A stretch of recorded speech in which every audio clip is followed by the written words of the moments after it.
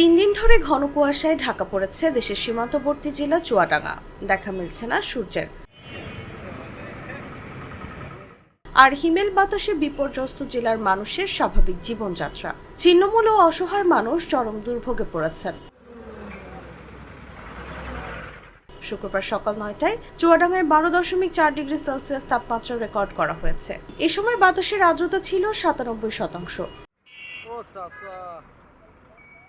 চুয়াডাঙ্গার প্রথম শ্রেণীর আবহাওয়া পর্যবেক্ষণাগারের জ্যেষ্ঠ পর্যবেক্ষক রকিবুল হাসান বলেন, তাপমাত্রা ১২.৪ ডিগ্রি সেলসিয়াস রেকর্ড হলেও হিমেল বাতাসের কারণে বেশি শীত অনুভূত হচ্ছে।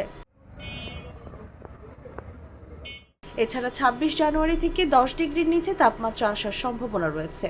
আর ৩ থেকে ৪ দিন জেলার উপর দিয়ে মৃদু শৈত্যপ্রবাহ বয়ে যেতে পারে।